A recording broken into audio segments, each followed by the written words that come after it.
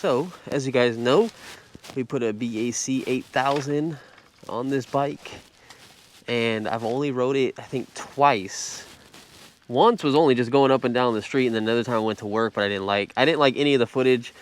And I did show a little bit of this, but I wanted to show a lot more of everything going on with this setup.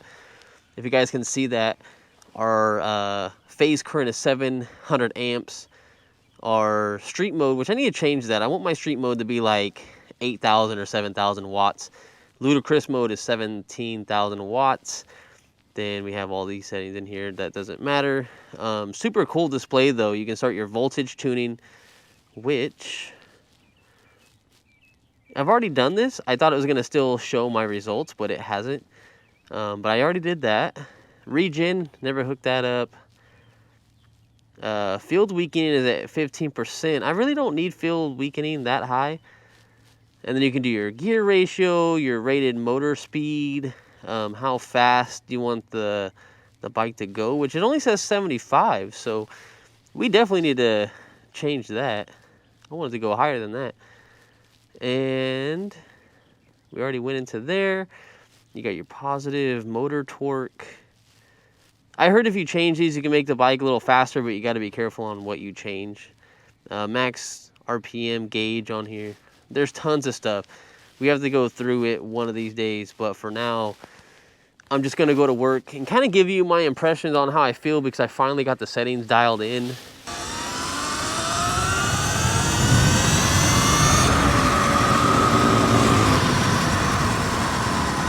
Got another guy. I think that's the guy that was doing wheelies in one of my other videos. And I was trying to catch up to him, but he was just too fast on his dirt bike. Good stuff though. Maybe we'll keep up with him now with the BAC8000. But how cool is it that you can see everything on the display, like your speed, which my speed's not right. I think it's 5 miles per hour off or close to it. And then I don't think the engine RPM is correct either, but I could be wrong. 100%. Like I haven't really got to dive into this too much. The only thing I was very disappointed about was the simple fact that they don't have a display yet. You have to use your phone. And I don't want to use my phone. Like I like the egg rider because the egg rider's just there. It's nice and tiny. It's out of the way. I don't have to deal with anything. I don't want to use my phone. I just don't. Because sometimes I want to just have my phone in my pocket, but to see all my controller temps, my motor temps, I have to have it on. Which, this is the crazy thing, guys. The BAC8000 with like the heatsink on it, I don't know if it's just the BAC8000 in general or it's a tune. I think it has to do with the heatsink that's on it, but it's crazy, dude. This motor doesn't get hot at all. Like right now it's at 12. Before, at this same point in time, it would probably be at least 30. We also lost that black little piece that goes in front of the motor underneath the controller. It looks a lot nicer when it's on there, but definitely not having that on there is getting a lot more airflow. But also the heat sink is really making all the air like hit the heat sink and then go all the way down to the bottom. So it's kind of like a ram air almost. It just deflecting all the air down. And it's gonna get hot here in California, so I'm really hoping this is gonna save our motor, even though we're pushing a shit ton more power out of this bike. Another thing I noticed, I don't know if it happens on the battery because I don't watch the battery voltage or percentage, but man, like, okay, so this battery's at 100% when we left. I charged it at 1 amp the last 2 days, so it's not gonna go down very quick. But when you do like a pull like that, if you look, it was at 68%. And so when I got to work the other day that I didn't vlog or I didn't post up the video, it says I was down hella battery. It says I was in the 60 something just going to work. It was like, what the hell? I know we're pushing more power, but come on. But it did bounce up a little bit more because I was going off the display from GLE. And it did go back up pretty high. I think it was like 80, 85. But 100% BAC8000 pushing that much power and the phase amps. Holy crap, we are running through battery like crazy. Like, trust me, it's pretty bad. So if you want to save some battery life, get a BAC4000. Well, we're behind some cops now. Dang, that cop went for it. I was gonna go right behind him. I'll try to catch up to him though. We haven't had some cop interaction in forever, man. Well, he went over the double yellow. That's a ticket, sir. That's a ticket right there. Come on now.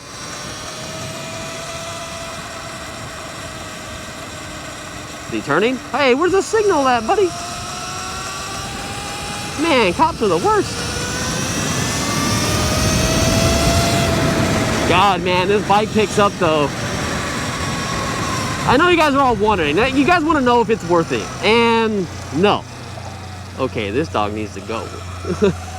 If you have a BAC4000 already, then I wouldn't bother. Unless you're having a lot of heat issues, maybe try a heat sink on your BAC4000. Or if you're having controller like heating issues and that doesn't seem to work at all, then yeah, go to a BAC8000, because you guys might be riding your bike a lot harder than I am. I don't know how you guys ride your bikes. I can't, you know, comment on your guys' riding. But the power wise, no. Did I notice a power increase? Yes. If I was you guys, buy the BAC8000 right off the bat. That's the first thing you should just buy. Don't even buy the BAC4000. Like, it's only an extra $200, maybe $300. I don't even think it's that much, but it's worth the difference just to get it right off the bat, because it's just future-proofing your servo. And then there's also companies, not Serron themselves, but there's a guy, they're making motors for this bike, and I think they're already testing them. But I mean, plug and play, I mean, a little bit, but you still have to remove a bunch of stuff. But hey, the BAC1000 will handle that motor, whereas the BAC4000, it's still gonna push it pretty good, but you're gonna want a BAC8000 for that new motor that's coming out. Just go on the forums. It's not listed, it's not like well known yet. There's a couple guys posting about it, they're testing it out. So join the group pages, the Serons and all that. I think like Serron mods and stuff like that. You'll find a bunch of stuff. I personally don't know if I would change out the motor. I really want to see where the Talaria Sting is going to go. I think that's going to be my next bike if I sell the Onyx. I just sold the Skateboard today. I sold the AT2 Wow Go. I sold it to actually a high school friend that I talked to a long time ago. Cool guy. We went riding down the street a little bit. I didn't want to record him. I didn't want to put him on there. I didn't even think he wanted to be on there. And we also might be selling the Ride One Up bike, I believe, in the next day. I think tomorrow. I think. Look at that donut on that Jaguar. That's a bright ass donut. Let everyone know you got a donut on that thing. So selling those two items right there, that's gonna get me some good profit. On top of that, we got paid from YouTube. I think it's every 21st of the month we get paid by YouTube.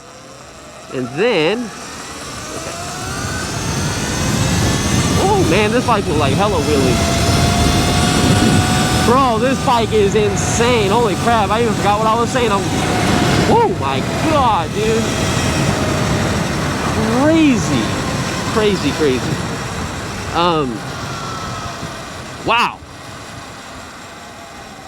And then I'm hoping to sell the Onyx this week, but I'm just kind of getting tired of people flaking on me, man. I mean, it just happens like every day.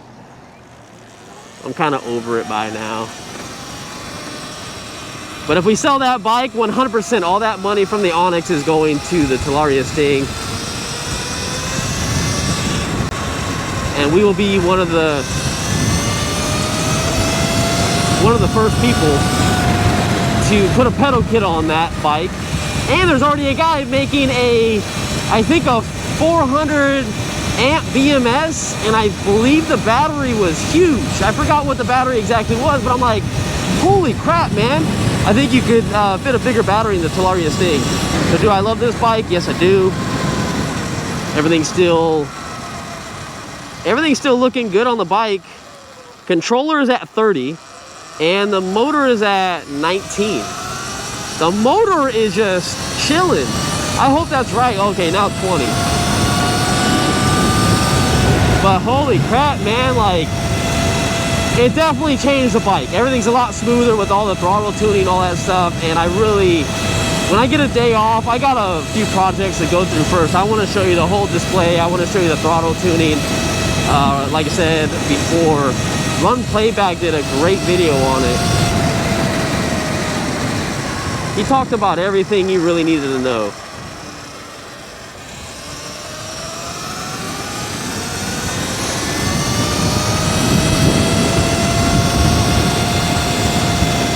But you know, I kind of want to do my own little spin.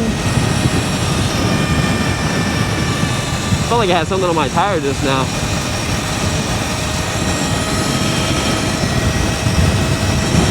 But we're not going flat or nothing.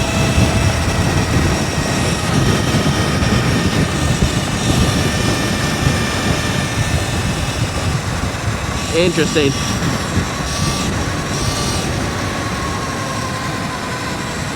I also ordered a egg rider protector because my egg rider is actually cracked. So I wasn't even going to include the egg rider with my BAC4000, which by the way I have not sold to anybody yet. But I need that protector because I don't know why it's starting to crack. I mean, I don't do anything crazy and I don't move it. It's been sitting in the same spot forever. But we have that coming. And then I also have the grit shift tool so I can get rid of the bolt. What's up, man? How you doing? Good, good. I haven't seen you in forever. What's up, Matt? Hey. Not much, man. All right, so it's saying we're at 80.7 volts. It'll probably go up to 81 flat. I'm thinking maybe 88, 89%, but not too bad. We went down 3 volts coming to work. It's actually not terrible. So I'll see you at nighttime, because what I'm going to do is we're going to see where our total volts are when we get back to the house. I think it's going to be pretty low, to be honest. But all right, guys, so after that loud car goes by for no apparent reason, it's just loud. This is my first flat that I ever got on the Supermoto wheels. I just thought the road was bumpy or something, but come to the realization that no, it's just this tire's flat. So the crazy thing is, the most crazy thing is these Supermoto tires are so like thick and hard, and this bike is so light that I'm still doing like 45 miles an hour right now, and it's still smooth. It has a slight lump to it, like the wheel needs to be balanced, but that's crazy. I don't know what you guys think. I don't know how you guys would be riding if you had a flat. I mean, the main thing I gotta be careful on is braking and turning. I think straights are like perfectly fine. But I'm just curious to know what made it flat, or I'm wondering if my wheel lights that I have on there, if you screw them in too tight, they will hit the little things and it will start draining your air out. But I don't think it happened on this one. I think it was on the other bike, but I could be wrong. I don't know. But we'll definitely look into it on another day. But unfortunately, if it really is a flat, we ain't gonna be taking this bike for a while. And I still gotta let you guys know when I get closer to the house what our range will be, which surprisingly is gonna be probably a little bit better than I was expecting it to be, because I'm not gonna be like fully on it. This is actually how I should be riding. Nice and calm, like a regular car. I'm just jamming everywhere I go. I could probably get so much good range actually riding it the correct way. What is going on here? Ew, sewer. They're pumping the sewer. Oh, nasty. Someone's baby wipes, butt wipes, you know, they're not going through the system. Gotta flush them out. There's a guy on a bike right here. You can't see him. Oh, he probably got a flat too, man. That sucks, buddy. That's one reason why we need to get motorcycle tires on our Super 73. And I do plan on doing it. I'm very worried. Hey, there's another one over here. What the hell? They gotta do them at the same time or what?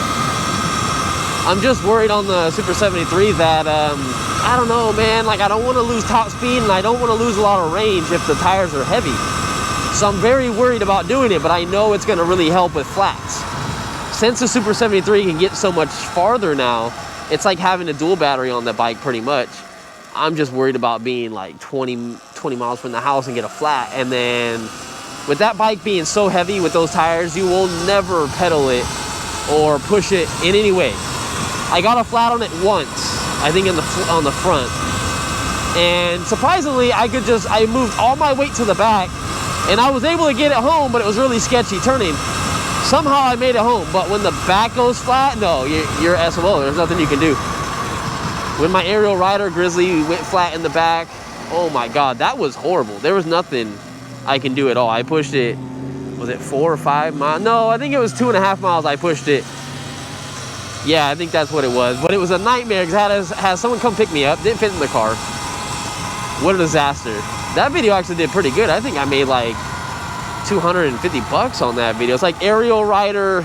I shouldn't have took the aerial rider to work. I think that's what it was called. And people loved it. You guys ate it up.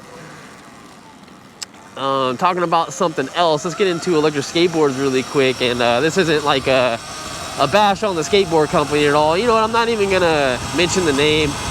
If you guys watch the review down the road, if I even do a review, you guys will know who it is. But basically, back in January, I think it was late January, this company reached out to me. They sent me a skateboard. I told them, yeah, you know, I can have a video done in 2 weeks from the date that I receive it. I'll have it edited and posted and make sure you guys are happy with it. And they said, okay, cool. The box came broken. Nothing to them. It probably got damaged by FedEx. I think that's how it came. And the remote got smashed and it was broken. So they said, okay, we'll send you a new remote. I said, cool, cool. They gave me the tracking number and it said delivered. And I was like, all right, cool. I checked my mailbox. It's not there. It's in Ohio. I was like, what the hell? So I sent them an email. I didn't get a reply for, I think it was 3 weeks, almost a month. I'm not kidding you. I was like, all right, like, screw it. Like, I'll let the skateboard sit there until they get back to me. If not, I'll just sell it, you know, like, if they don't get back to me within a month.